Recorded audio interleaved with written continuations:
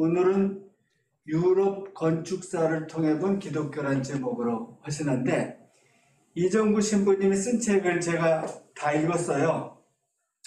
왜 다 읽었냐면 저도 교회 그림을 좀 그리느라고 한국교회 건축과 기독교 미술 탐사, 성상과 우상, 그 다음 교회 건축의 이해, 이런 책들인데 이 분야에 가장 정통한 분이십니다. 오늘은 지난번에 이어서 유럽의 교회 건축을 통해서 기독교를 이렇게 조명하는 그런 시간이 되겠습니다. 오늘 귀한 시간 되기를 바라면서 신부님 등장하실 때 박수로 환영하겠습니다. 벌써 일주일이 지났습니다. 오미크론 때문에 주변에서 많이들 고생하는데 건강에 유념해 주시기 바랍니다. 그 지난 시간에는 제가 좀 거칠지만 전반적으로 그 교회 건축이 무엇인지, 교회 건축을 이해하기 위해서는 우선 교회론이 좀 정립되어야 된다라는 그런 말씀이고, 교회의 각 부품들, 통로, 장, 천장들이 주는 의미는 무엇일까 그런 생각했습니다. 오늘은 유럽 건축사를 통해 본 기독교를 하는데 조금 타이트하게 좀 빨리 진행하도록 하고요.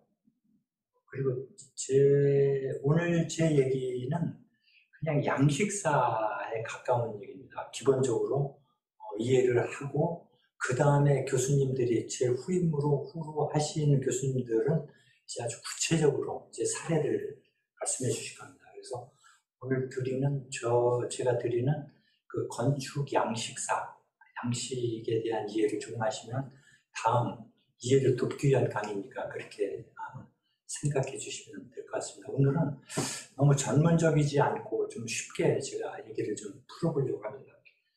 그럼 시작을 하도록 하겠습니다. 제가 왜 뜬금없이 플라톤과 아리스토텔레스 얘기를 하냐면, 지금 현대 철학도 사실은 이 플라톤과 아리스토텔레스의 경계를 잘 못 넘고 있는 것 같아요. 저는 철학자는 아니지만. 우리가 얘기하면 플라톤은 딱 이원론이다라고 얘기하기는 어렵지만 그래도 이원론에 가까운 분이고, 아리스토텔레스는 이론론에 가까운 분이고, 그래서 플라톤 철학을 이어받은 학자들은 대체로 플라톤, 그리고 신플라톤주의자, 그리고 어거스틴, 그리고 개신교 사상이 대체로 플라톤 사상을 이어갔습니다. 그리고 아리스토텔레스는 이제 토마스 아퀴나스, 네오토미즘이죠. 그리고 카톨릭 신학 사상이 대체로 이제 아리스토텔레스 사상을 이어갔습니다. 근데 우리가 그 교회를 다니면서 천당과 지옥, 이원론이죠, 사실은. 그런데 이제 플라톤에서 우리가 건축하고 연계해서 잠깐 말씀을 드린다면, 그 플라톤 제자인 아리스토는 자기 스승이 죽기 전까지는 감히 대들지 못하다가 죽은 다음에 얘기를 합니다. 근데 플라톤 하면 제일 먼저 떠오르는 사상은 이데아 사상이죠. 그래서 지금 우리가 살고 있는 세상은 이데아 세상의 그림자다. 그러니까 진짜 세상은 저쪽 이데아 세상이고 우리가 살고 있는 것은 호구다. 그런데 더 중요한 것은 예술가들입니다. 예술가들은 이제 그거를 이제 미메시스라고 그러는데, 예술가는 현실에 우리가 살고 있는 이 세상을 미메시스한 사람들이다. 예술가들은. 그러니까 어떻게 돼요? 이데아 세계의 섀도우가, 그림자가 현실인데, 예술가들은 현실 세계를 또 모방한 사람들이라 현실 세계의 섀도우다, 그림자다. 그러면 예술가들은 이데아 세계의 섀도우의 섀도우다. 그래서 예술가들을 굉장히 혐오했습니다.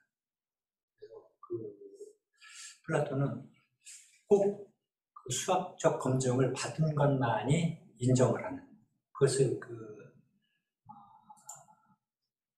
갑자기 왜 생각이 안 나요?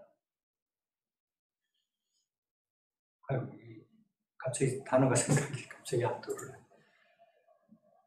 그 수학적 검증을 받아야만이 그것을 그나마 진리에 가까운 것으로 인정을 했죠. 근데 플라톤이 죽은 다음에 아리스토텔레스는 그 모방이라고 하는 것이 우리의 교육이나 정서에 상당히 도움을 준다. 그것이 예술이 모방이라는 것이 꼭 나쁜 것만 아니다. 예를 든다면 물새 소리보다 호숫가에서 잠자리채 메고 물새 소리를 흉내내고 걸어다니는 애들의 소리는 더 아름다울 수가 있다. 이런 얘기도 이제 가능한 거죠. 그 천경자 씨가 그리는 실뱀들, 실물 실뱀은 우리가 징그럽고 안 좋지만 그림으로 나타난 실뱀은 우리에게 미적 쾌감을 줄 수도 있다. 그래서 아리스토텔레스는 상당히 그 예술을 옹호했던 사람이었고 플라톤은 예술을 배척했던 사람이었습니다. 우선 그거를 이제 기본적으로 이해를 하시고 그 다음을 보도록 하겠습니다. 이게 왜 안 넘어가죠?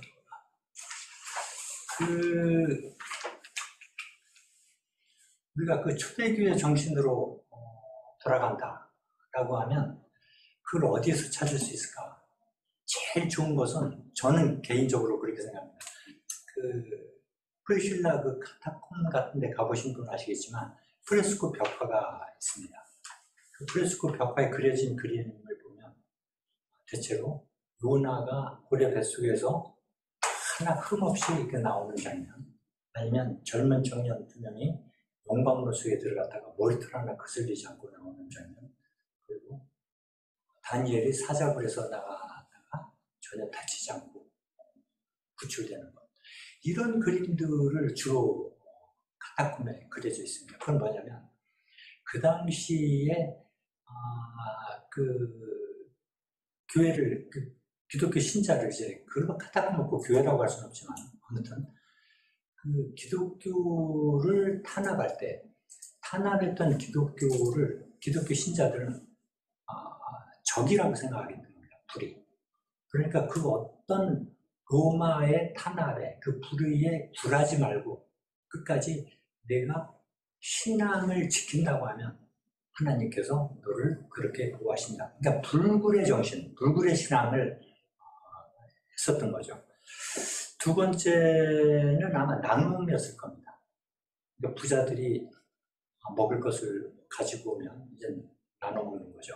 나눠 먹는데 부자들은 내가 가지고 와서 호텔에 가서 팁 주듯이 그런 마음을 갖지 않고 당연히 가지고 먹을 걸 가지고 그 어려운 사람은 그걸 나눠 먹으면서 내가 조금 수치스럽다거나 뭐라고 할까 좀 부끄럽다거나 그런 생각도 전혀 들지 않고 그런 그 어떤 나눔의 정신을 평등 속에서 나눔의 정신을 구현했던 것이 초대교회 정신이 아닌가 생각합니다. 또 하나 우리가 잘 아는 그 팍스 교회 가면 우리 성공회는 평화 인사 시간이 있습니다. 예배 시간에. 그리고 우리가 보통 팍스라고 그러는데 그 팍스는 지난번에도 말씀드렸을지 모르지만 팍스는 피스입니다. 평화. 그러나 실제로 로마가 말하는 팍스 로마나라고 하는 것은 로마의 평화가 아니죠.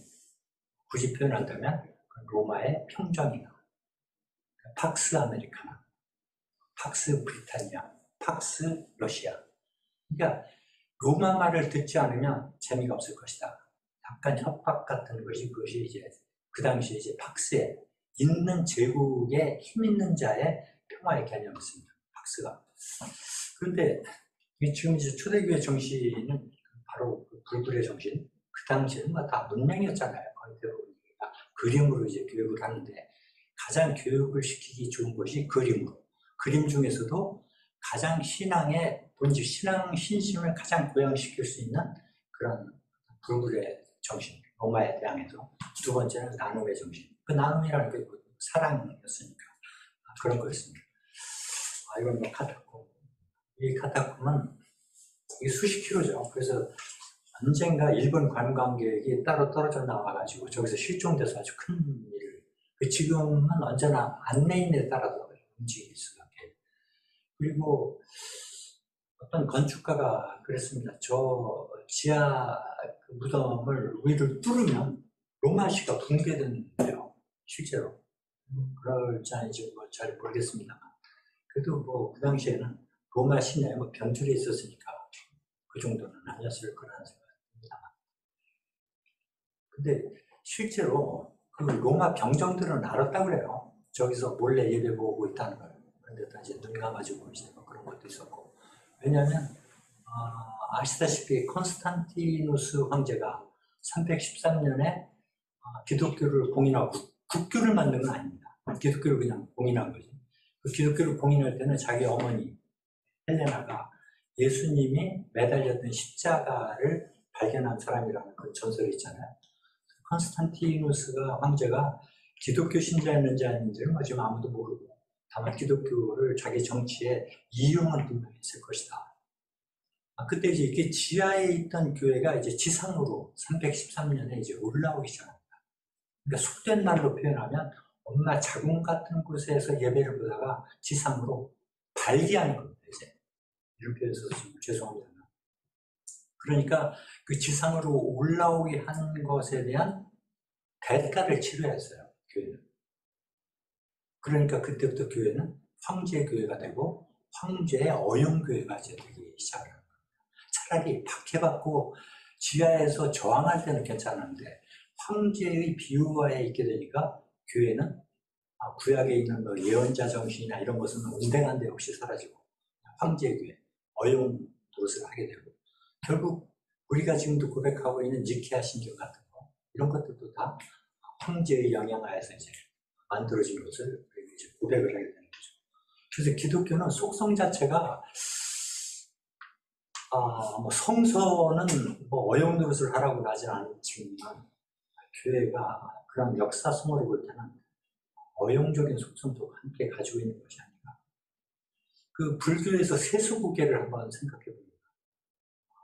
그 세수고개가 원효가 만들었는지 누가 만들었는지 잘 모르겠는데 살생유택이라는 말 하나만 예화를 들면 석가모니는 살생을 하지 말라고 했지 살생유택이라고 하는 말은 없었을 거예요.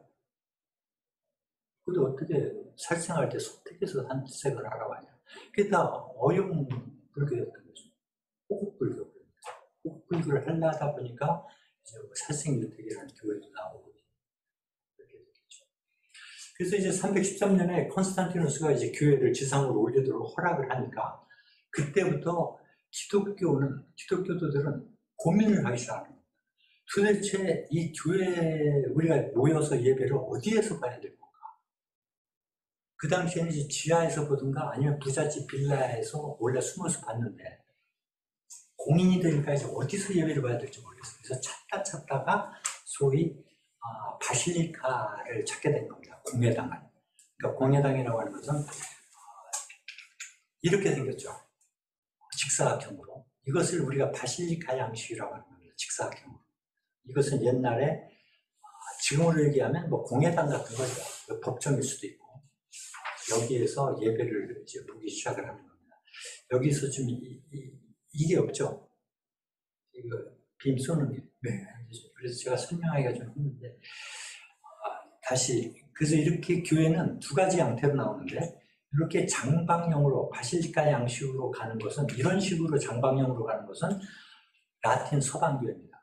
라틴 서방교회는 뭐냐면 로마 카톨릭교회, 성공회, 노토교 그 이외의 모든 개신교회 이것을 이제 서방교회라고 하고 그 다음에 이제 중앙 집중식은 정사각형이거나 원형이거나 팔각형이거나 그것이 이제 동방교회의 교회 평면의 기본 기초 플랜입니다.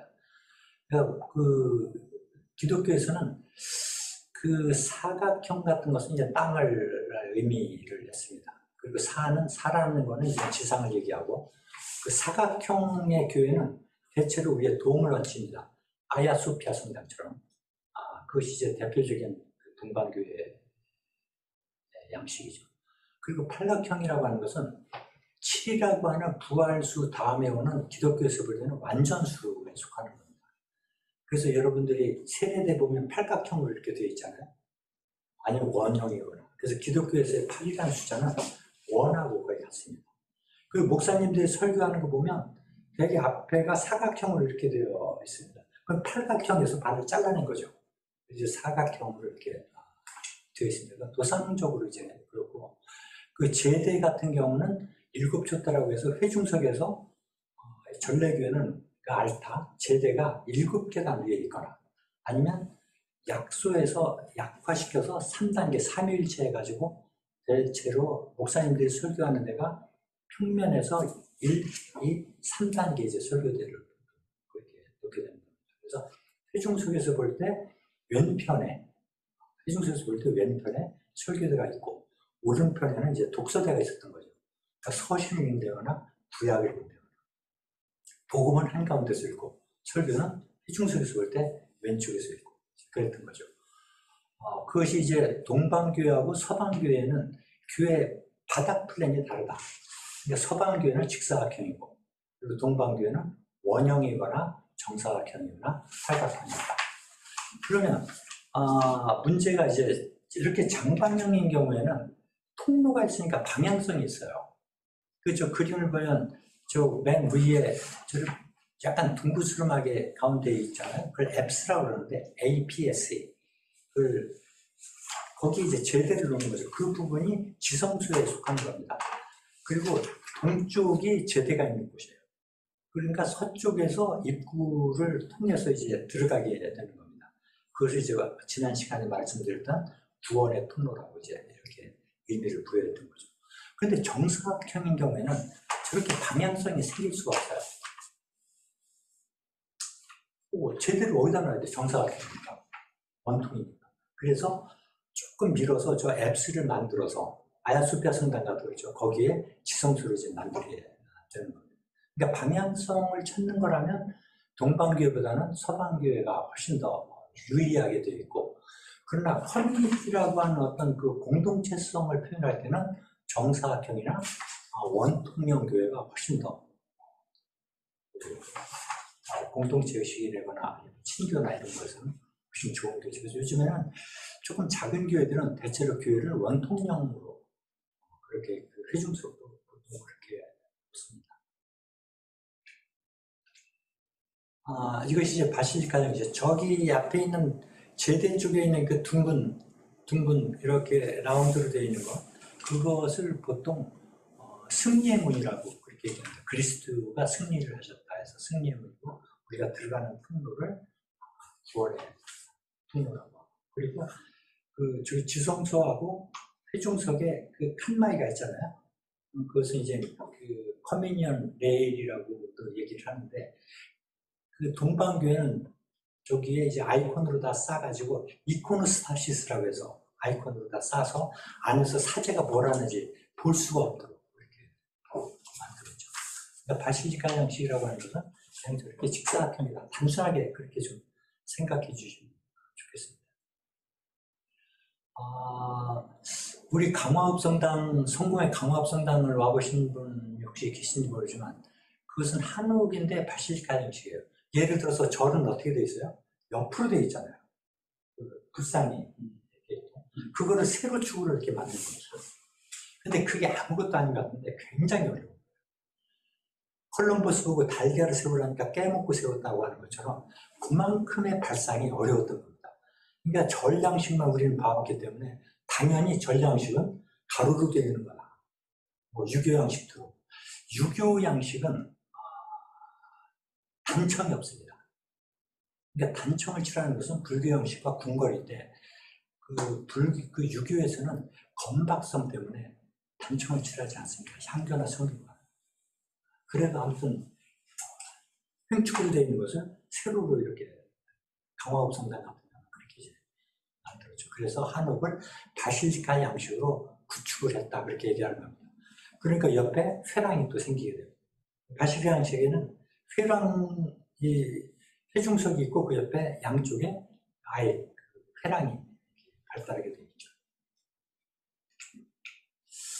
아까 말씀드린 것처럼 이제 비잔틴 교회는 그 동방 교회를 이제 비잔틴 교회라고 하는데, 그 서방 교회는 그 장축형이고, 동방 교회 것을 보면 제가 제 사진이 들어가 있습니다. 이거는 여러분들이 이태리 혹시 가시면 베네치아만 가지 마시고 베네치아 바로 위, 불과 몇 킬로 안 떨어졌습니다. 위에 가면 라벤나라는 도시가 있습니다. 그 라벤나 도시는 유스티니아누스 대제 때 550년대 때 수도였던 로마 제국의 동로마 제국의 수도였던 도시인데 거기에 가면 저 비탈레 성당부터 시작해서 아폴리날레 누오보 성당 그때 다 있습니다.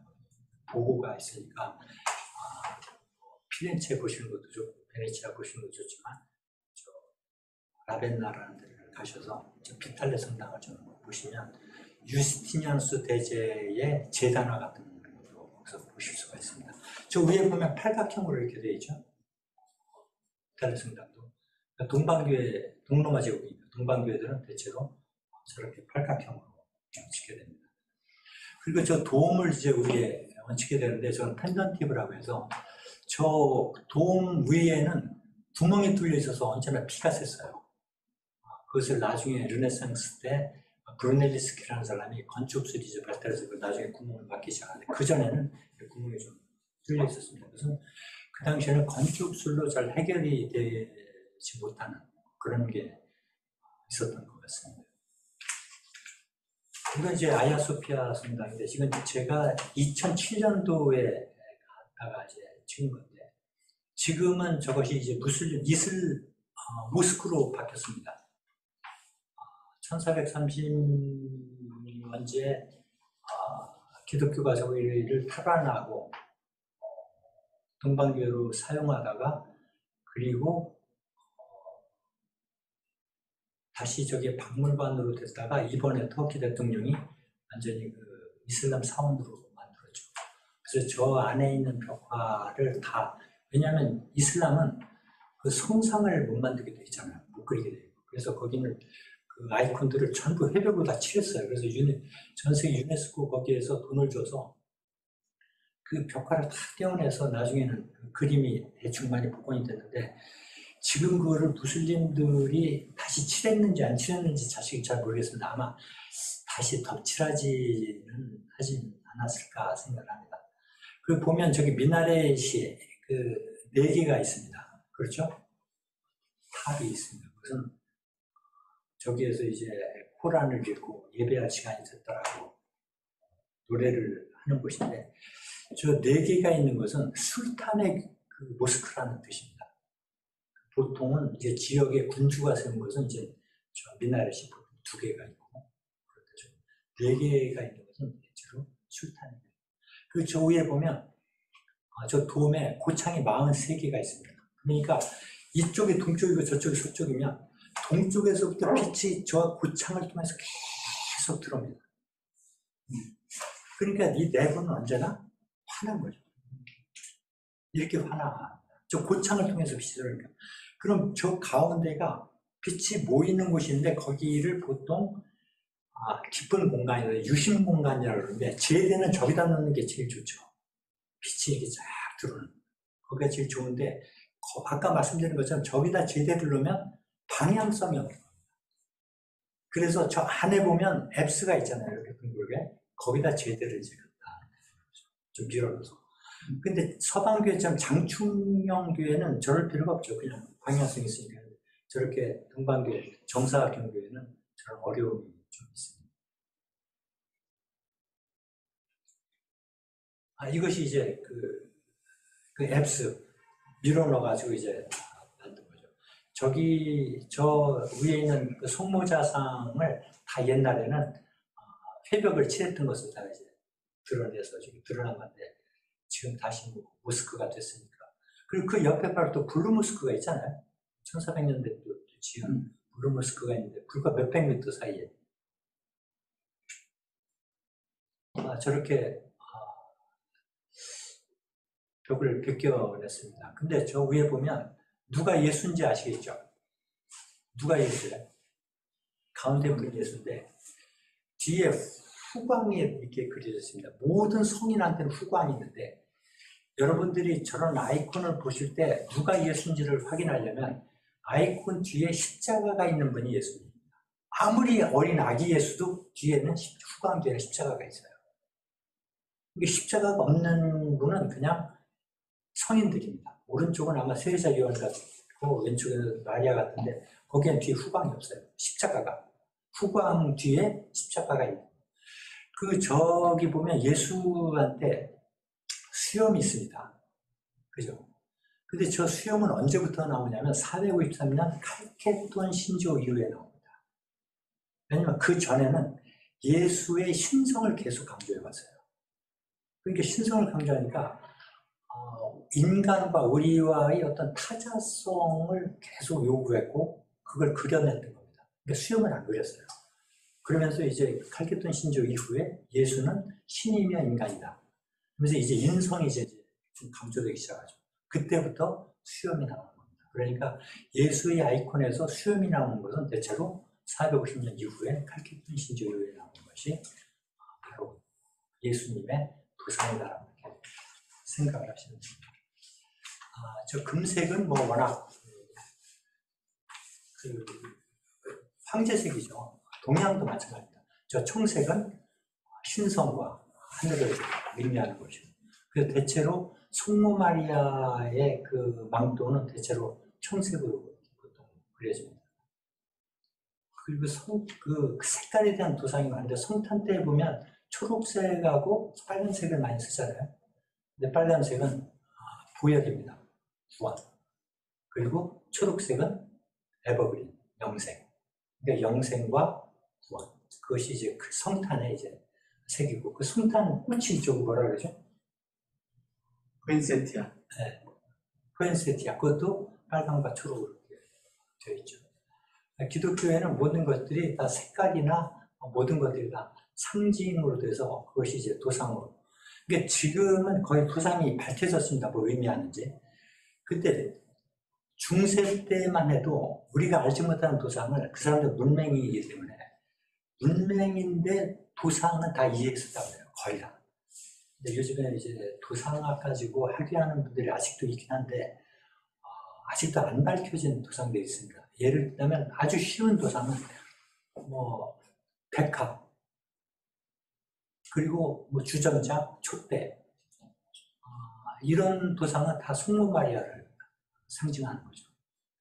그리고 뭐 동전, 돈주머니, 그건 유다라는 걸 우리가 금방 알 수 있고, 열쇠, 그러니까 뭐 베드로를 얘기하는 거.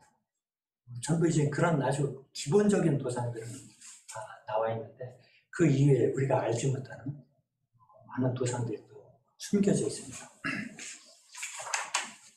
이건 뭐 블루모스입니다. 찍는 거 보면 술탄, 야흐메트가 설립한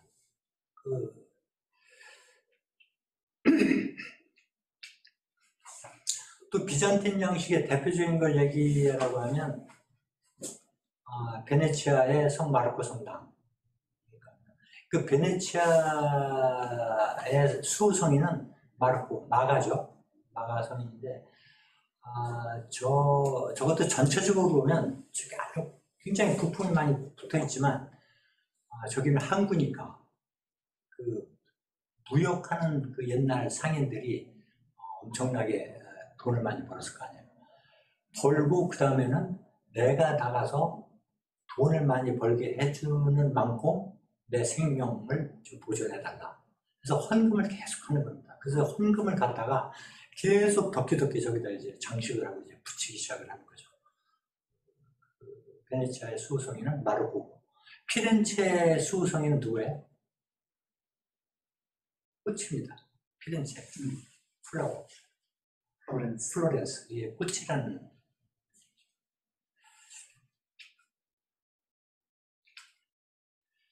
동방교회는 여러분들이 마포경찰서 건너편에 보면 우리 한국에 동방종교회가 있죠. 지금은 이제 신학종교회고 여기 총대주교가 뉴질랜드 총대주교가 우리를 지금 관리하고 있는데 원래는 이제 러시아 종교회가 들어왔다가 6.25 동란 때 러시아 종교회가 쫓겨나고 이제 히랍 종교회가 와 있습니다. 그래서 저것도 기본 플랜은 바닥이 정사각형이고 위에 도움이 얹혀져 있습니다. 언제 기회가 되시면 동방종교회 가서 예배를 좀 한번 참석해 보시면 흥미로운 것도 보실 수가 있습니다. 지금도 히랍어로 아마 미사를 드리는 것 같은데 제가 알기로는 한국 사제가 있긴 합니다만 저기도 언제나 저 도움 밑에는 고창이 있어서 빛이 아래로 아래 공간으로 이제 들어오도록 그렇게 만들어져 있습니다. 우리나라에서는 사실은 아이콘을 숭배든 경배든 그게 경의를 표하는, 우리는 원래 불교는 불상 숭배는 아니었죠. 사리 숭배였습니다. 불탑을 강강술래처럼 불탑을 돌면서 예불을 했던 것이 이제 고정된 불상 숭배로 이제 우리나라는 갔는데, 그 불상 숭배를 우리가 생각을 하면 어쩌면 동방정교회가 우리나라 사람의 기호에 훨씬 더 맞을 수도 있었다는 그런 교회입니다, 사실은. 불상 숭배를 생각하면 우리나라에서 별로 빛을 보지 못한, 지금도 별로 빛을 보지 못하고 있는 그런 교회이긴 합니다. 이제 제가 로마네스크를 말씀드리려고 합니다. 이제 빨리 지나가서. 이 로마네스크하고 그 비잔틴 양식, 바로 좀 전에 말씀드린 이런 것을 이제 비잔틴 양식이라고 합니다. 동방교의 것을 이제 비잔틴 양식이다. 서방은 로마네스크 양식이다. 그 서방에는 로마네스크, 그 다음에 오는 게 이제 고딕 양식입니다. 그러면 이제 고딕 양식을 뭐라고 하냐면, 고딕 양식이 정점인데 고딕 양식을 향해서 가는 과정을 로마네스크 양식이라고 정의를 하는 사람들도 있습니다. 그러니까 공산주의를 가는데 공산주의를 향해서 가는 과정을 사회주의라고 얘기하듯이 바로 고딕 양식을 향해서 가는 그 여정을 로마네스크 양식이라고 말하는 사람들인데, 어쨌든 로마네스크 양식과 고딕 양식은 서방 양식입니다. 근데 이 로마네스크는 뭐냐면 로마풍의 그 양식이라고 하는 겁니다. 가장 여러분들이 쉽게 보시려면 다 이거를 보시면 됩니다. 콘스탄티누스가 콜로세움 옆에 있는 개선문입니다. 그 콘스탄티누스는 이 개선문을 전장에서 이거 개선문을 세우고 로마 시내를 교회로 상정을 했습니다. 그저 개선문을 교회의 문이라고 상정을 했죠. 그 보면 어때요? 문이 어떻게 돼 있어요? 반원형으로 돼 있죠. 터널 형식으로 돼 있습니다. 바로 이렇게. 이제 부사로 우리나라 남대문도 저렇게 문이 반원형, 터널형으로. 여러분들이 서양교회 가가지고 문이 창이 저런 형식으로, 문이 이런 반원형, 터널 형식으로 되어 있다라고 하면 로마네스크 양식이다 생각하시면 95%를 맞추는 겁니다. 그냥 창문만 보고 저건 로마네스크 양식이다. 그러니까 로마네스크 양식의 특징은 창이 반원형 혹은 터널형으로 되어 있다라고 하는 것을 말씀드립니다. 그리고 이 로마네스크 양식은 여러분들이 그 순례길 있잖아요. 산티아고 데 콤포스텔라, 누구나 한번 가고 싶어 하시는 한참 순례가 유행을 할 때, 산티아고라는 것은 세인트 제임스죠. 성 야고. 그러니까 티아고가 스페인 말로 야고, 제임스. 영어로는 제임스고, 제이콥, 같은 거죠.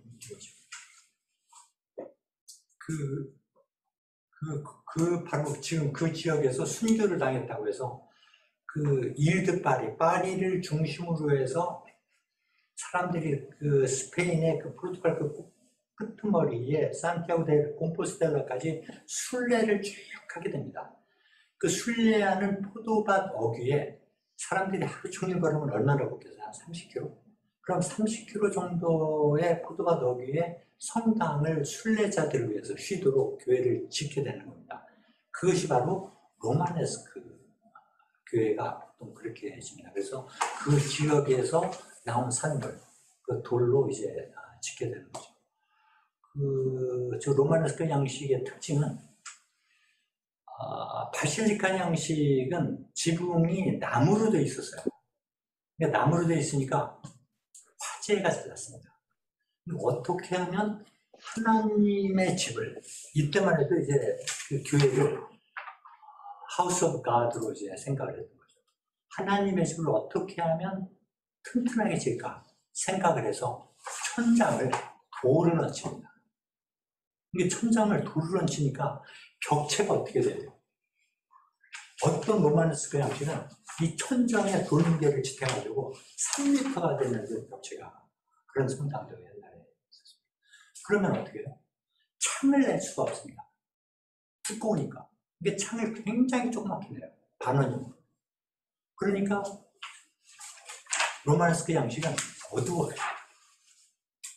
이게 스테인 글라스도 없고 그때는 막 있지도 않았고 굉장히 어둡고 그러니까 그것은 이게 순례자들이 순례하기 좋고 수도원으로 사용하기에 아주 적절한 지금도 수도원들은 로마네스크 양식으로 대체로 짓는 경우가 빛이 잘 안 들어오고 어둡고 그리고 어두우니까 약간 침체되어 있고 그리고 마음을 편하게 이렇게 할 수 있고 뭐 그런 특징이 있습니다. 로마네스크 양식은.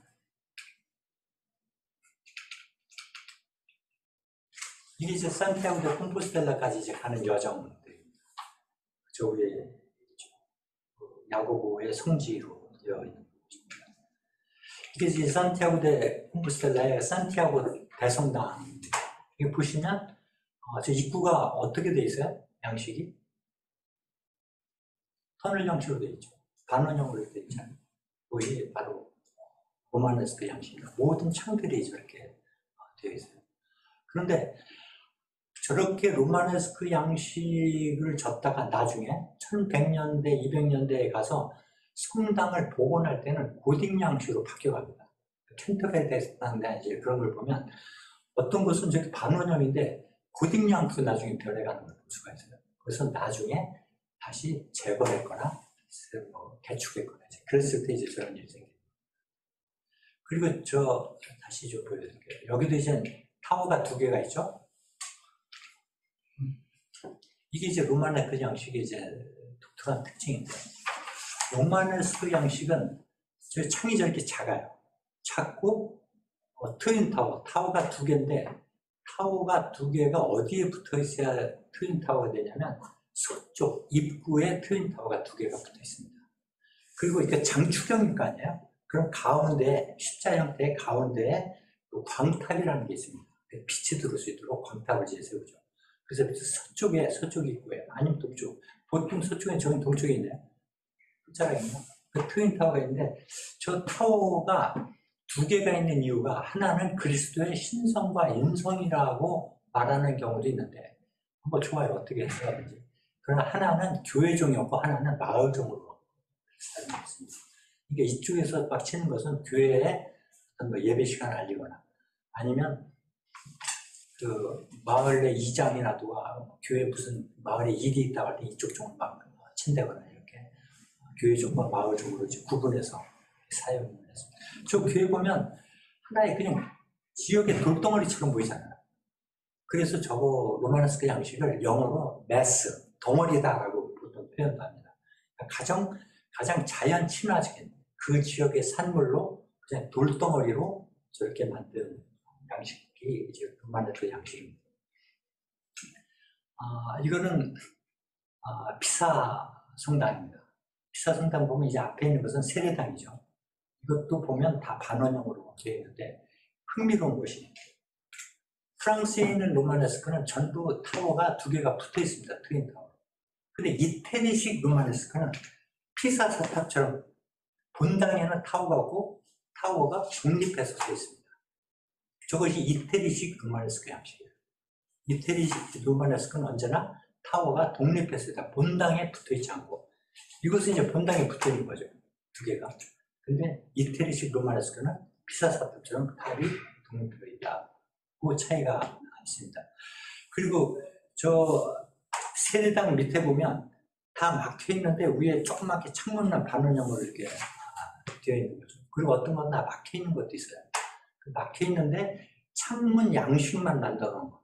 그래서 이제 문문 아케이드라서 블라인드 아케이드라고 그러는데 저거는 그냥 뭐 품으로 해놓은 것이 또 있고, 근데 저건 로마네스크 양식이라고 하는 것을 이제 표시하려고 그냥 문양만 놓은 경우도 있습니다. 그리고 이것은 본당, 예를 들자면 지금 이건 옛날 건데 이 본당 옆에 일반 평신도가 못 들어가는 그 안에 정원이 이렇게 있습니다. 이것을 닫힌 공간이라고 해서 클로우스, 영어로 그래서 이거를 클로이스터라고 그래요. 클로이스터. 그래서 이거는 고딕 성당이나 로마네스크 성당이나 다 있어서 성직자들이 쭉 다니면서 산책도 하고 하는 그런 코스입니다. 그러니까 본당 옆에 이제 들어붙어 있는 거죠.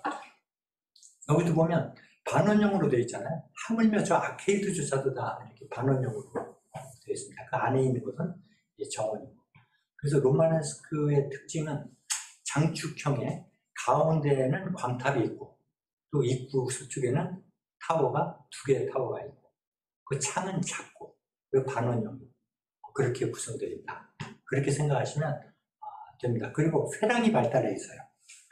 그 회랑이 발달하는 이유는 순례자들이 예배를 방해하지 않고 순례를 할 수 있도록 그 복도들이 쭉 되어 있습니다. 좀 이따 뭐 나올 수 있겠습니다. 이것은 시칠리 섬에 있는 세팔로 성당인지 세팔로 성당일 것 같은데 우리 성공의 서울 대성당의 모자이크가 바로 이 세팔로 성당 거기서 모방을 해서 이제 진 겁니다. 이 제대인데 이것은 이제 비잔틴 양식이죠. 그러니까 로마네스크 양식하고 비잔틴 양식은 시대를 같이 합니다. 비잔틴은 동방이고 로마네스크는 서방이고 그러니까 보통 500년도에서 1000년도까지 한 500년 동안 동쪽은 비잔틴, 서쪽은 서방 유럽은 로마네스크 이렇게 있는데 저는 체팔로 성당 같은 경우는 서방교회인데 제대는 비잔틴 양식을 가지고 있습니다. 저 제대 양식을 보면 제대가 몇 층으로 되냐면 하나 제대 위에 하나 둘 3층 구조로 되어 있습니다. 천고가 많이 있고 그래서 제일 위에는 예수 그리스도가 있죠. 조금 더 보시면은 이렇게 위에 예수 그리스도가 이렇게 있습니다. 이것을 여러분들 그냥 발음을 해보세요. 판토크레이토라고 합니다. 판토크레이토. 그것은 전능자, 우주의 지배자, 전능하신 우주의 지배자, 통치자, 우주의 통치자라고 하는 의미입니다. 그래서 저거는 도상으로서 그냥 판토크레이토라고 이렇게 이제 말을 합니다. 그래서 한쪽에는 축복을 하고 예수가 오른쪽으로 왼쪽에는 성서를 들고 있고 제일 위에는 그렇습니다. 그 다음에는 성모 마리아하고 성모 자산이 있습니다. 그리고 양쪽에는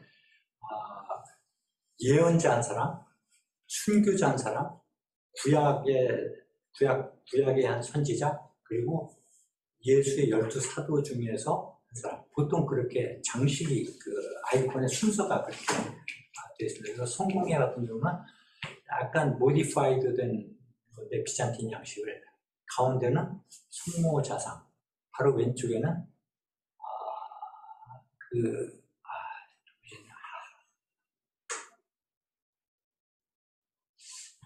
자꾸 잊어버리네. 제가 전공인데도 보면서 자꾸 가장 왼쪽에는 이제 순교한 스테파노, 그리고 가장 오른쪽에는 그 이 성당의 수호성인인 니콜라성, 가운데는 요한, 왼쪽에는 누군지 모르겠어요. 아무튼 어쨌든. 근데 우리는 천고가 높지 않고 역사가 깊지 않아서 2단으로만 이렇게 되어 있습니다.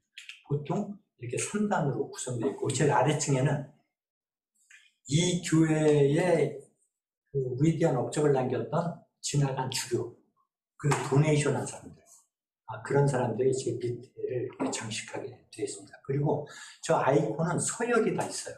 서열이 다 있어서 동방교회를 가시면 다 붙어 있죠. 이거는 서방교회인데 그때는 동서로마가 갈라지기 전이니까 이제 저렇게 동방 양식이 이제 비잔틴 양식이 제대에 이제 들어오게 된 겁니다. 저 모자이크는 만들기가 그 프레스코 벽하고 다르게 그 유리로 하나 붙이고 와가지고 음영을 전부 이렇게 봐야 되는 엄청난 작업입니다.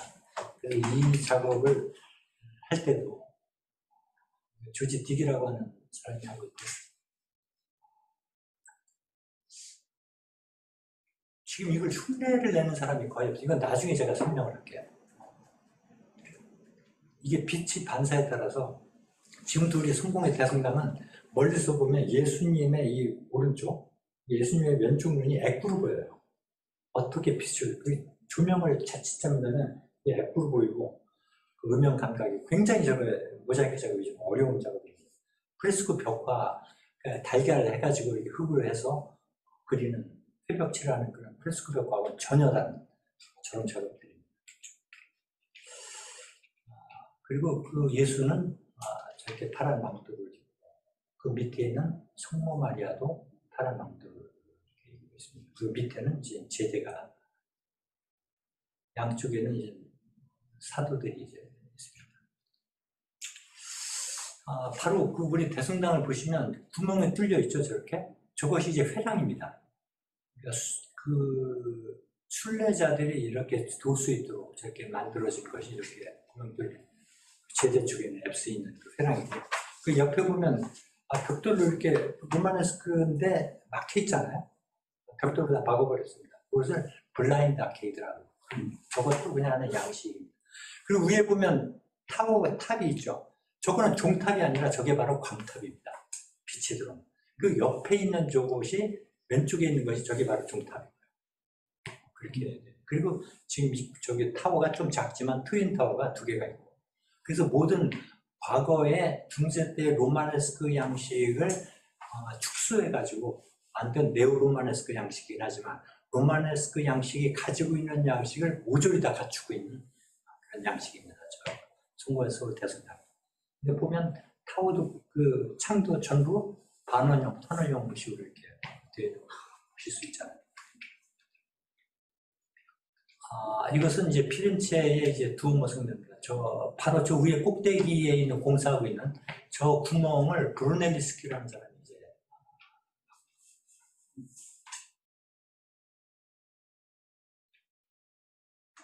그 두오모 성당 앞에 바로 세례당이 있죠.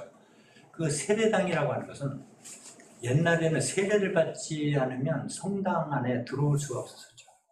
이게 입교식이니까. 그래서 목욕탕 같은 데로 세례당. 저것도 이제 반원형으로 되어 있죠.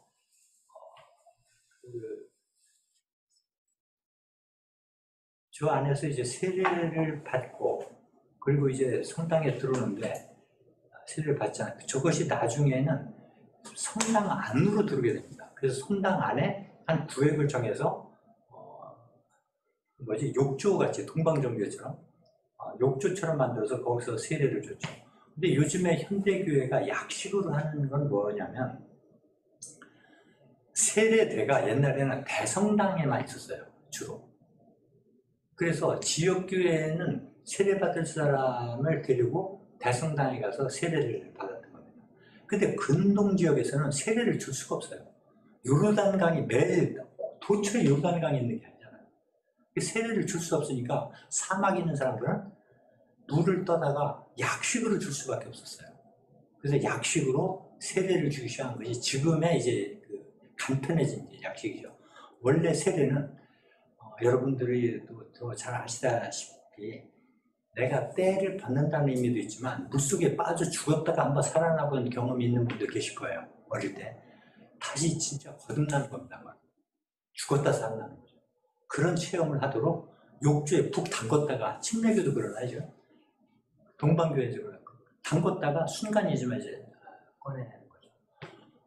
그런 유사 죽음 체험은 우리가 찬물로 갑자기 샤워할 때 심장이 막 멈칫할 때 있습니다. 그때도 우리가 유사 죽음 체험을 한번 하기는 합니다만 그것이 그 엘리야대가 얘기하는 통과의 대라고 하는 거죠. 통과의 대를 단 한 번 우리는 용서를 하고 아니면 카도리나 성모 같은 경우는 이제 견신대라고 해서 또 한 번 머리에 이제 기름을 바르고 왜냐하면 그거는 유아 영세를 받은 사람들한테는 견신대가 필요해요.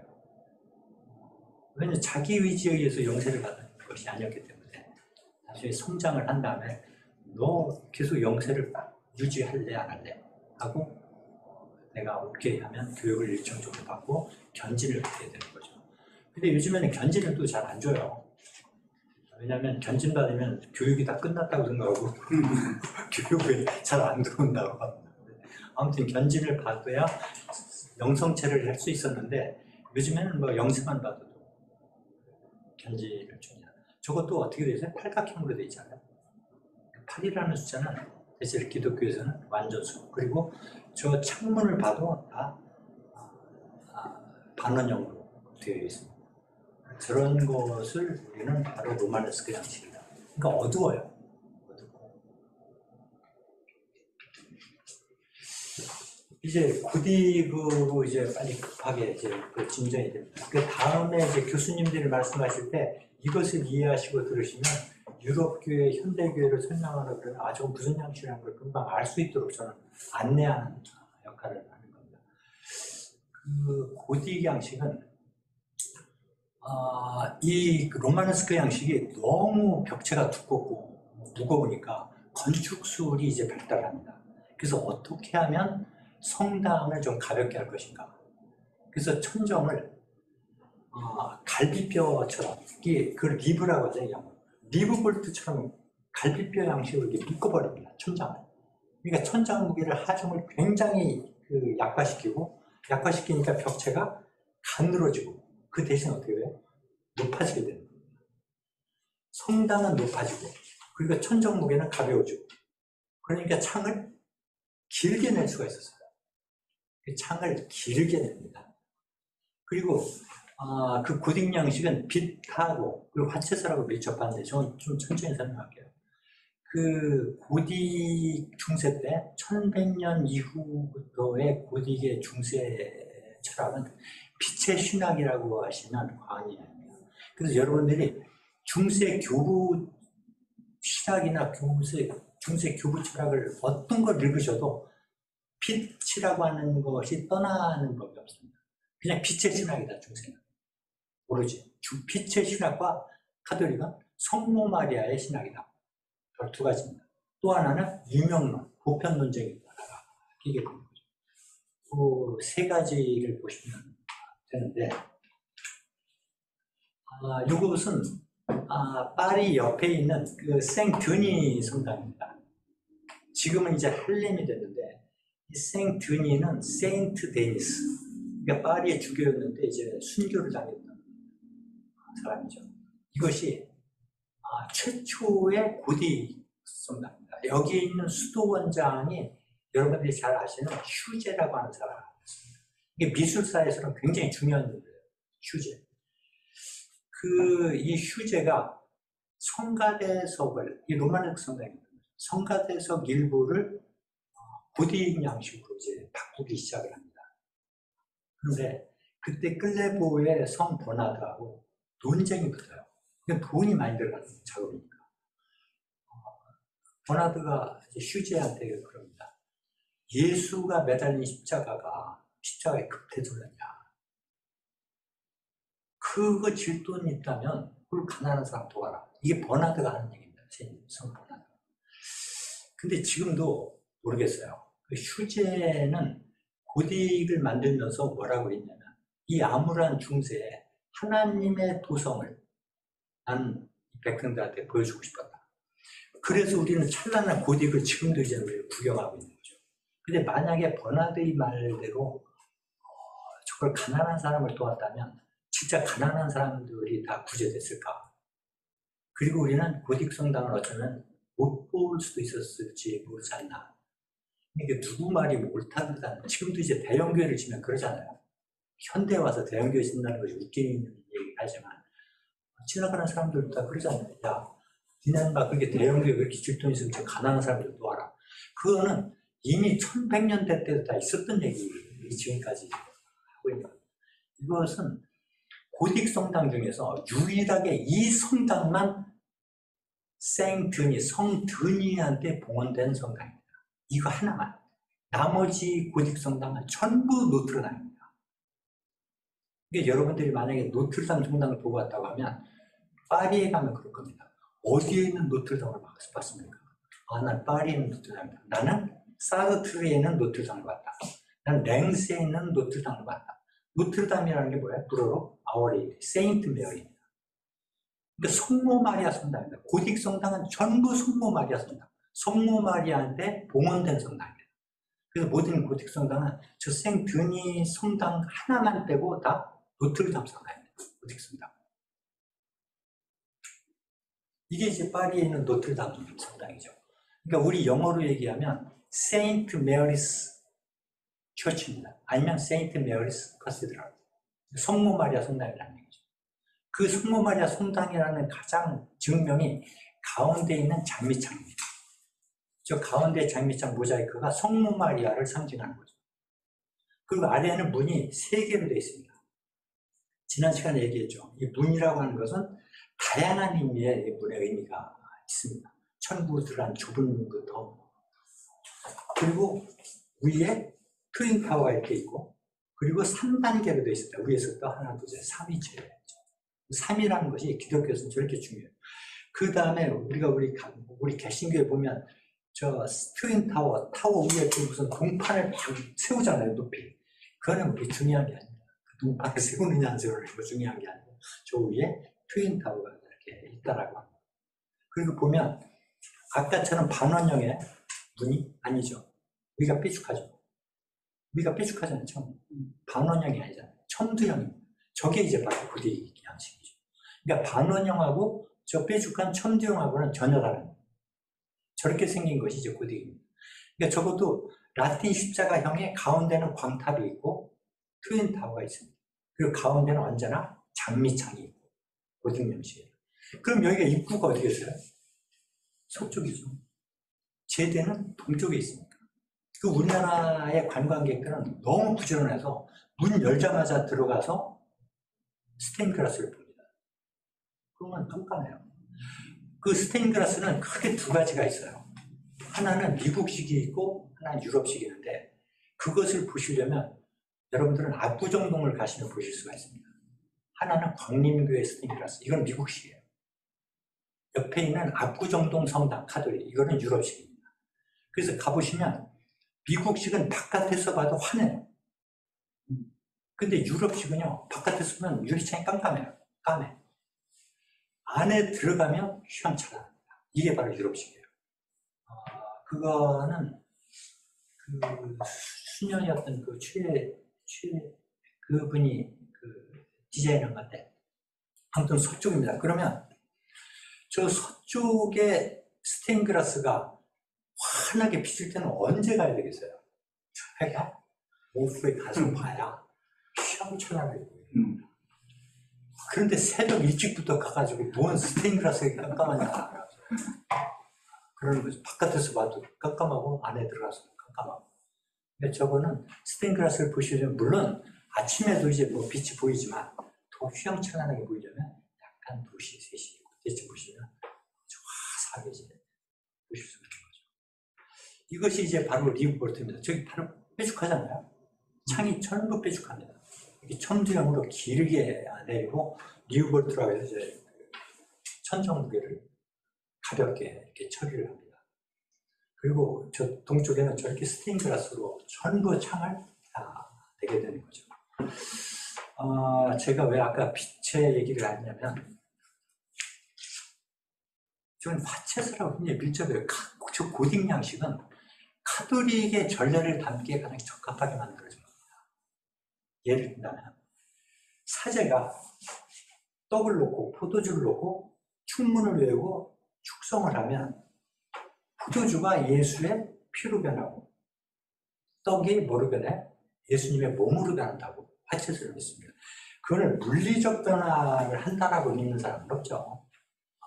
그렇게. 그러나 이제 그것은 어떤 상징이었던 거였던 카톨릭은 지금도 여전히 화채서를 주장을 합니다. 그래서 그 염성치 않은 면병이 땅에 떨어진다거나 그러면 주워서 먹고, 포도주가 조금 더 흘리지 않도록 조심해서 막 비벼주고 이런 양식을 하는데, 그것처럼 스테인드 글라스도 똑같은 역할을 합니다. 예를 들어서 바깥에 있는 자연의 빛을 우리가 룩스라고 얘기했을 때, 저 스테인글라스를 통과해서 벽에 부딪힙니다. 빛이.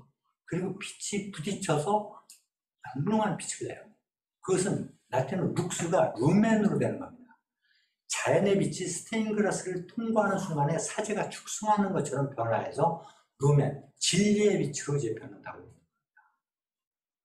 그러니까 룩스가 루멘으로. 그러니까 스테인글라스는 단순히 장식용, 저희 그려진 그 그림에 따른 교육용도 있지만 실제로 화채서라고도 굉장히 밀접합니다.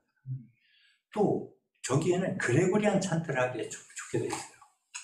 제가 못하는 노래지만 잠깐 시연을 하면, 노래는 성악은 두 가지가 있습니다. 하나는 멜리스메틱과 하나는 실라빅.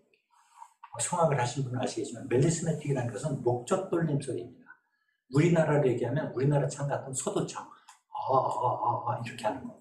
그리고 아니면 이슬람 알리아 크바를 하면서 사막에 빨리 나가도록 목젖 돌림 소리를 멜리스메틱이라고 하고, 실라빅은 단성입니다. 이렇게 이게 아니라 그레고리 교황이 이 목젖 돌림 소리가 이교도 음악, 이슬람의 음악이라고 해서 중지를 시켜요. 그 그레고리안 찬들은 단성음을 합니다. 예를 들면 기리에 이렇게까지 기리에 이렇게 하지 않는다는 거죠. 그러면 우리가 카톨릭이나 성공회 같은 거 보면 시편창에, 그러니까 층계송을 할 때 가운데 동그라미가 있는데 주는 우리 중에 계시고 하고 좀 쉬었다가 또 다음음이 나옵니다. 그건 뭐냐면 앞구절을 명상하라는 게 아니라 저 메아리가 그칠 때까지 기다렸다가 다음 소절을 하라는 겁니다. 저게 메아리가 물리니까 무슨 소리인지를 모르면 금방 하나 다음 소절. 그래서 그리고리안 찬트를 수용하도록 되어져 있는 성당이다. 그리고 저 스테인그라스는 화채술하고도 상당히 밀접하게 연구가 되어 있다. 그리고 중세 철학이라고 하는 것, 중세 신학이라는 것은 모든 것이 빛하고 빛이라고 하는 것 같다고 직접적으로 이렇게 연결되어 있습니다. 그러니까 중세 철학이 뭐냐, 그 빛의 신학이다 이렇게 얘기하시면 전혀 크게 변하지 않습니다. 그리고 여러분들 이제 보편 논쟁, 좀 어려운 얘기긴 하지만 보편 논쟁이 뭐냐, 그것은 그동안에는 조금 제가 쉽게 설명을 할게요. 간단하게.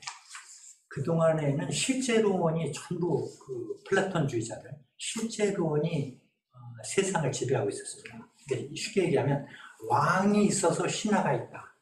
왕 중심입니다. 역사.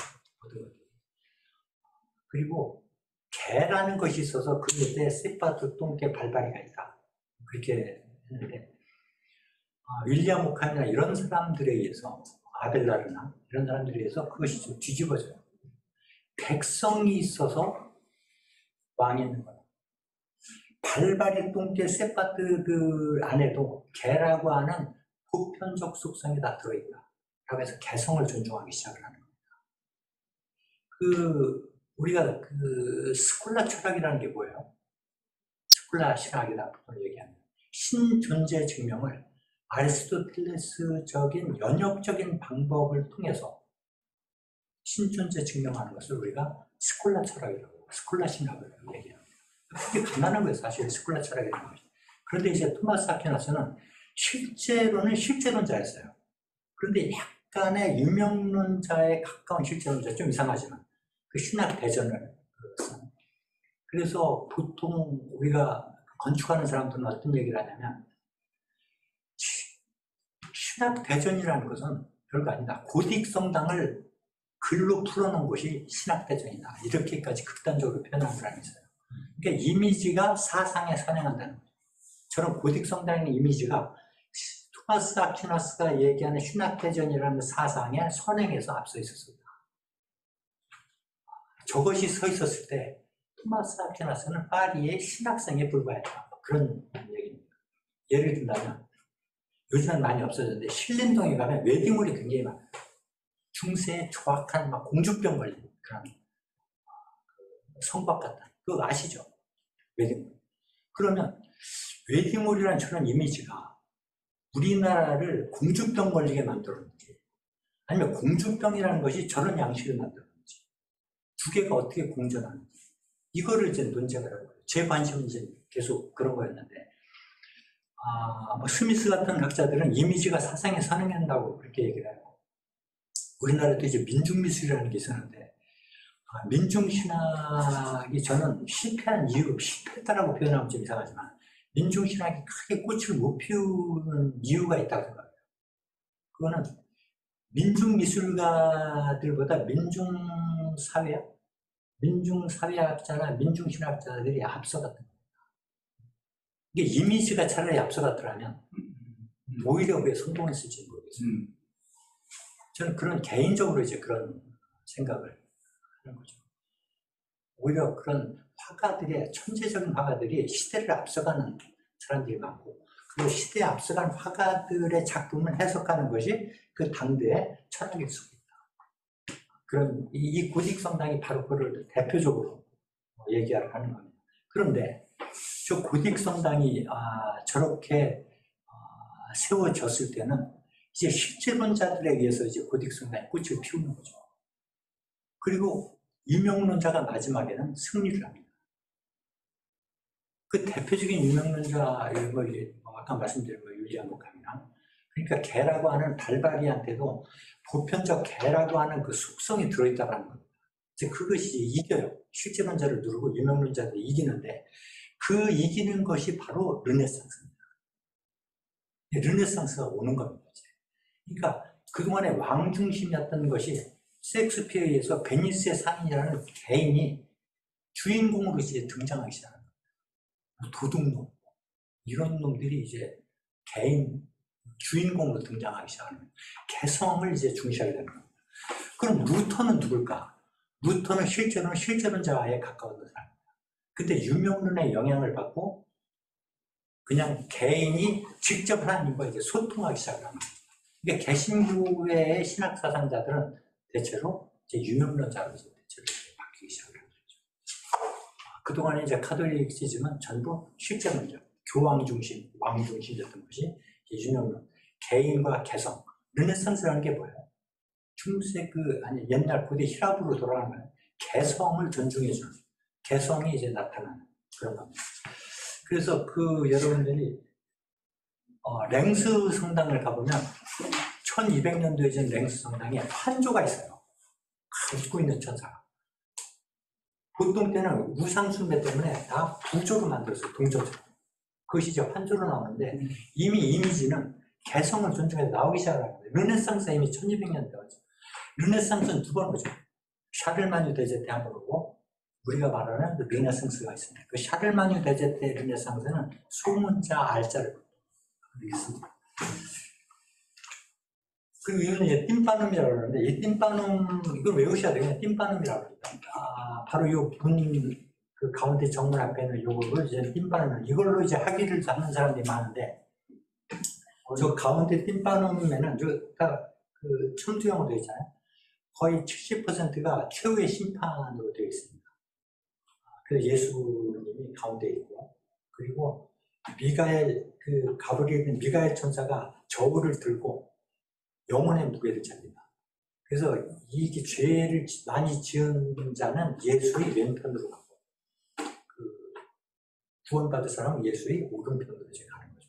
예수의 오른편에 가보면 12사도들이 쫙 칠서정연하게 있는데, 저 왼편에는 그냥 꼭 바로 밑에는 이제 연옥인데, 연옥 나락으로 떨어져가지고 나를 살려달라고 막 울부짖는 그런 그림으로 되어 있어요. 양면이. 그래서 그 당시에 문맹인들한테, 이게 로마네스크는 대체로 시골에 있었고, 저 고딕은 대도시에 있는데, 저거를 보고 문맹인들은 교육이지만 약간 공포심을 이제 갖게 되는 거죠. 그리고 이제 병원 같은, 이제 죽는 양론 같은 데는 이제 에덴 동산 같은 것을 그려서 보여준다거나, 중세 때도 중세 교회는 교인들을 상당히 협박 공간을 많이 썼던 것 같습니다. 7가지 성사라고 하는 것도 그 중에 한두 개를 빼먹으면 그 지역사회에서 살기가 힘들었을 것이고, 아무튼 저것은 상당히 이제 교육용으로, 이제 조각의 작품으로서 훌륭한. 그 밑에 보세요. 저기 1200년대 때 작품인데 밑에 성인들은 다 환조로 나와 있잖아요. 구조가 아니잖아요. 이제 더 이상. 이미 이미지에서는, 그림에서는 르네상스를 맞이했다는 얘기입니다. 이것이 이제 장례창, 성모 마리아를 상징하는 거죠. 그 아이콘은 스테인그라스는 왼편 아래서부터 위로 해서 오른쪽으로 이렇게 읽어 내려오는 방식입니다. 예수님의 일대기부터 시작해서 다양한 그림들이 이렇게. 요즘에는 추상으로 하지만. 그리고 이 파리 노틀담인데 옆에 뭐가 있어요? 지지대가 있죠. 이걸 플라잉 버트리스라고 합니다. 플라잉 버트리스라고 하는데 지지대인데 고딕 양식은 저게 다 붙어 있습니다. 왜냐하면 벽체를 가늘게 했습니다. 또 이거 뭔가 지지를 해줘야 되잖아요. 그래서 플라잉 버트리스를 저기 갖다 붙여. 저게 무슨 장식품이냐 그게 아니라 지지해주는 하나의 양식이에요. 그러니까 로마네스크하고는 장축형으로 똑같은데 가운데 광탑이 있고 똑같이 트윈타워도 있고 그 대신 창이 청두형으로 길고 그리고 스테인가스가 들어있고 로마네스크는 스테인가스 없으면 어두운 데다가 뭐 넣을 수가 없죠. 그리고 저렇게 지지대인 플라잉 버틀리스가 들어있다. 붙여져 있다. 그리고 로마네스크는 회당이 발달해 있다. 그 순례자들 위해서. 여러분들이 신라 경주에 가면 탑을 보면 탑의 이 라인이 홀라당 뒤집혀지는 게 있어요. 그거는 전체로 통일신라 때 작품입니다. 그러니까 망조가 들어갈 때 가장 호화로워진 지금 밀라노 성당이죠. 이미 고딕이 말년에 다 다가왔다는 얘기입니다. 즉 고딕이 끝장 볼 때 저렇게 화려하게 이제 나타나게 되는 거죠. 모든 걸 갖다 덮게 되고 저기에는 이제는 낙수다지라고 해서 이제 가골도 붙어 있고 모든 것이 다 붙어 있죠. 저런 고딕 양식이 나온 거를 이제 건축술에서 나왔지만 저것은 하나님과 더 가까이 가려고 한다라고 하는 뭐 그런 해석도 하는데 실제로는 유럽의 그 수많은 나무 숲에서 기인했다라고 하는 얘기도 있고 그 가우디가 한 성 파밀리아 성당 같은 것도 다 그 나무 같은 데서 이제 착안을 하잖아요. 저는 고딕 양식을 합니다. 여기까지 화장실도 가고 싶고 그리고 이제 바로 요거를 좀 말씀드려야 합니다. 루터하고 깔뱅이 종교개혁을 합니다. 근데 루터는 이미지를 좋아했어요. 그래서 그 크라나를 이용해서 자기 초상화를 끝없이 그려서 자기를 홍보합니다. 근데 칼뱅은 이미지 논쟁, 성화상 파괴 논쟁에 대한 신학적 사상을 다 갖고 있던 사람인데 종교개혁을 위해서 이미지를 배척을 합니다. 그런데 칼뱅은 이미지를 부순 적은 없었어요. 단 한 번. 누가 부수냐면 칼슈타트라는 사람이 때려 부숩니다. 그거를 과격하게 해야 자기가 종교개혁자로 이유를 얻는 거야. 그러니까 칼슈타트 같은 사람은 되게 과격하게. 그러니까 카톨릭이 그 개신교가 루터가 종교개혁을 하니까 카톨릭도 종교개혁을 합니다. 그걸 카운터 리포메이션이라고 하죠. 근데 교회의 속성은 잘 아시다시피 예를 들어서 명성교회 예를 들어볼게요. 당신 세습하지 마. 그러면 나 잘못했어. 나 진짜 안 할게. 교회가 반성할까요? 원래 교회라는 덩어리 자체는요. 절대 반성하지 않는 게 교회의 속성입니다. 그럼 어떡하냐? 공격을 더 두껍게 싸는 것이 교회의 속성입니다. 그럼 어쩔 수 없어요. 카톨릭의 종교개혁이 바로 그겁니다. 개신교가 공격을 하니까 카톨릭이 종교개혁을 한다고 하면서 교황권을 더 확실하게 굳건하게 예수제를 앞세워서 더 굳건하게 방패를 삼습니다. 그때 나온 것이 바로크 양식입니다. 그러니까 바로크 양식이라는 것은 비잔틴 양식, 로마네스크 양식, 고딕 양식을 다 갖다가 붙여요. 짜집기를 합니다. 그것이 바로 이런 양식이 나온 겁니다. 이게 이제 바로크 양식이죠. 저 위에 보면 돔은 비잔틴 양식, 가운데 저거는 그리스 르네상스 양식이죠. 그리고 창문은 로마네스크, 어떤 거는 고딕. 저게 이제 짬뽕이 돼가지고 바로크 양식. 저 바로크 양식이라는 것은 교황, 기독 카톨릭의 교리를 더 굳건히 하고 교황의 권위를 더 드높이려고 만들어진 것이 바로 저 바로크 양식입니다. 근데 저 바로크 양식은 어디 가면 또 저 약화된 것을 볼 수 있냐면 체코 같은 데 가면 바로크 양식을 약화된 새로 만든 바로크 양식 같은 것을 바로크 양식 시에나 채플에 들어있는 겁니다. 제가 옛날에 찍을 때 손님이 아무도 없었는데 바닥에 누워서 찍었는데 지금은 발대될 틈이 없어요. 사진도 못 찍게 합니다. 지난번에 가니까 못 찍게 하더라고요. 미켈란젤로가 대단하다는 사람은 사실 물론 뭐 다 조교를 데리고 했겠지만 일단 그 바로크 양식 이렇게 얘기하고 그 다음에 빨리 넘어가겠습니다. 바로 이런 양식입니다. 이건 이제 고딕인데 네오고딕, 고딕 리바이브라고 얘기를 하는데 고딕 양식을 취했어요. 고딕 양식을 취했는데 고딕의 가장 엑기스만 갖다가 붙이는 겁니다. 보세요. 장미창 대신에 저 시계가 일단 들어있긴 합니다. 그리고 창은 첨두형으로 되어 있어요. 안에는 이제 물론 스테인글라스가 되어 있지만 명동성당입니다. 그러면 정동감리교회. 이것은 1890년, 이것은 1897년인가 8년. 7년, 8년 후인데 이 벽돌은 똑같은 벽돌이에요. 중국 벽돌을 아마 갖다가 채용했을 겁니다. 이것도 이제 네오고딕이죠. 정동감리교회 보면 정확하게 첨두형 창에다가 장미창 대신에 개신교는 성모마리를 숭배하지 않으니까 장미창을 넣을 수가 없죠. 그걸 알고 저렇게 했는지 모르지만 축구공 같은 것을 네오고딕입니다. 저런 양식을 보통 우리가 네오고딕이라고 이렇게 해요. 그 성공회뿐이 아니라 19세기 초엽에 유럽에는 낭만주의 운동이 이제 일어나게 됩니다. 그때 이제 낭만주의가 뭐냐면 음악에는 이제 쇼팽 같은 사람이 나오고 문학에는 카를라일 같은 사람. 그 전례는 카톨릭 이전에, 그러니까 종교개혁 이전에 카톨릭 전례로 이제 되돌리는 운동입니다. 그것을 우리가 성공해서 옥스퍼드 전례 운동이라고 이렇게 얘기합니다. 그건 왜 중요하냐면 이것이 미국으로 가서 이제 한국으로 온 거니까. 그리고 윌리엄 브리스라고 하는 사람의 미술 공예 운동입니다. 이것을 프리 라파엘라이트라고 해가지고 라파엘 전파라고 얘기하는 겁니다. 그러니까 라파엘은 교황을 위해서 평생을 봉사한 사람. 그 전후로 되돌리는 겁니다. 18세기 초반에.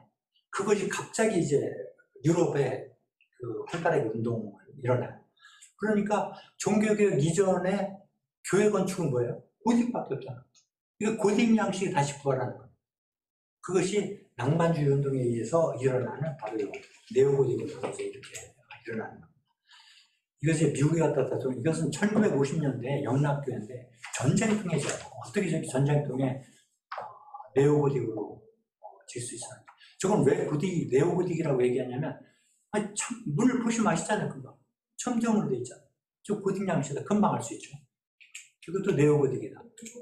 네오고딕. 충현교회는 정말 고딕 양식으로 껍데기는 졌습니다.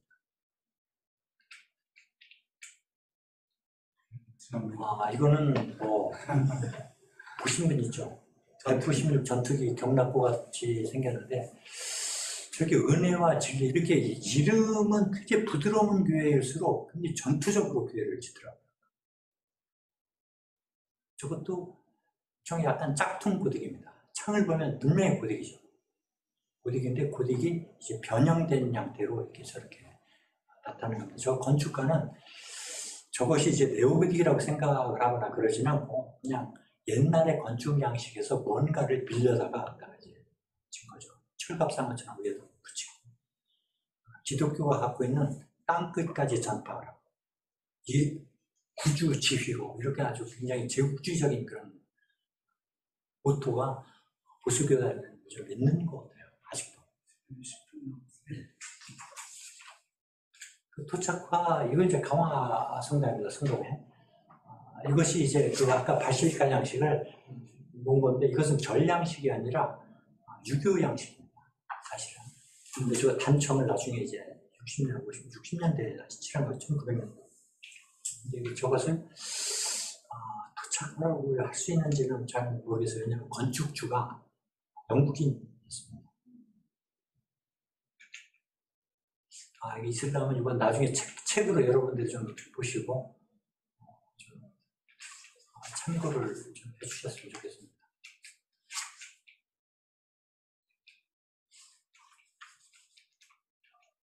이슬람은 절대로 성상을 못 만듭니다.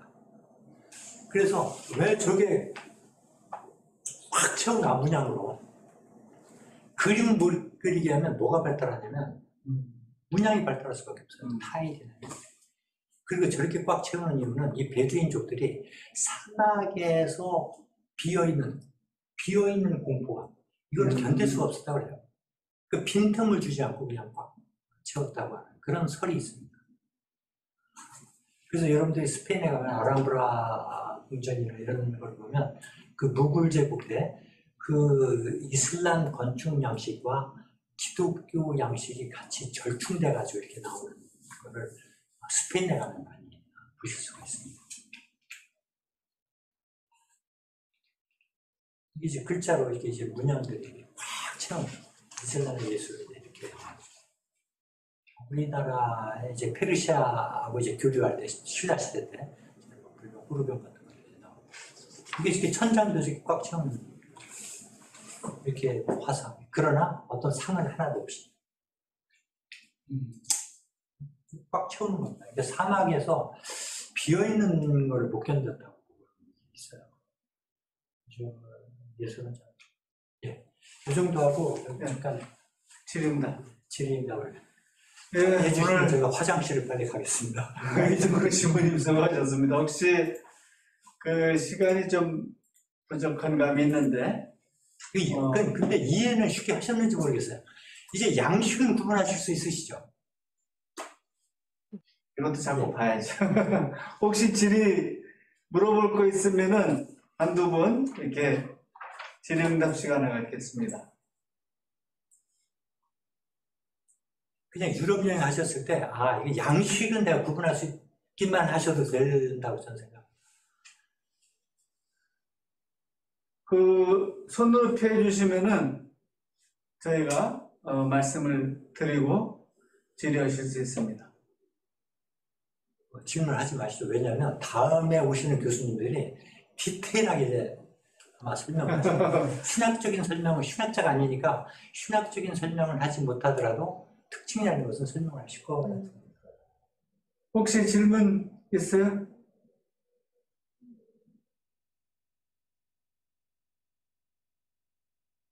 예. 예.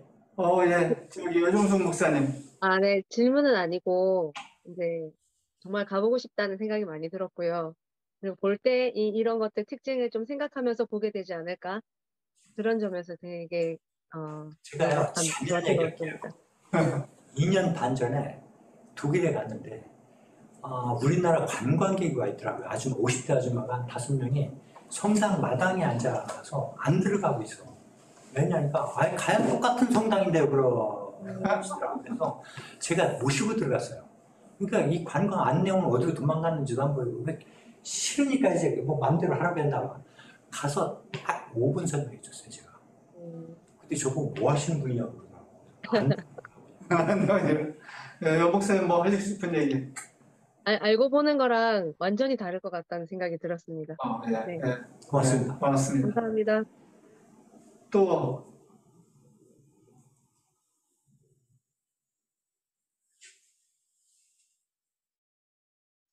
질문 있으시면 보시는 게 제일 좋죠. 뭐. 그러면은 이것으로 마치고 우리 이정구 신부님께서 지난주 오늘 이렇게 두 번에 걸쳐서 이제 교회 건축에 대한 신학적 의미, 신학의 의미, 또 양식이 어떻게 변하지, 이게 어떤 의미가 있는지 잘 말씀해 주셨는데 박수로 우선 감사를 표하겠습니다. 고맙습니다. 그만큼이라도 도움을 주셨으면 좋겠습니다. 네, 고맙습니다. 또 뵙겠습니다. 기회가 되면. 다음 주 광고하고 오늘 순서 마치겠습니다. 다음 주는 그 성균관대학교 저희가 자료 집에는 잘못 나와 있는데 명예교수가 아니라 현직 교수신 윤인석 교수님께서 양식교회 한국교회 건축 이런 내용을 가지고 두 번에 걸쳐서 그래서 그 현대 교회 건축까지 이렇게 쭉 훑어서 아주 전문가시고 이분이 윤동주 시인의 손자시랍니다. 손자신데 다음 주에 그럼 뵙겠습니다. 이 코로나가 굉장히 막바지 기세를 떨치고 있는데 다들 안전하고 평안하시길 바라면서 다음 주 월요일 날 21일 날 뵙겠습니다. 고맙습니다.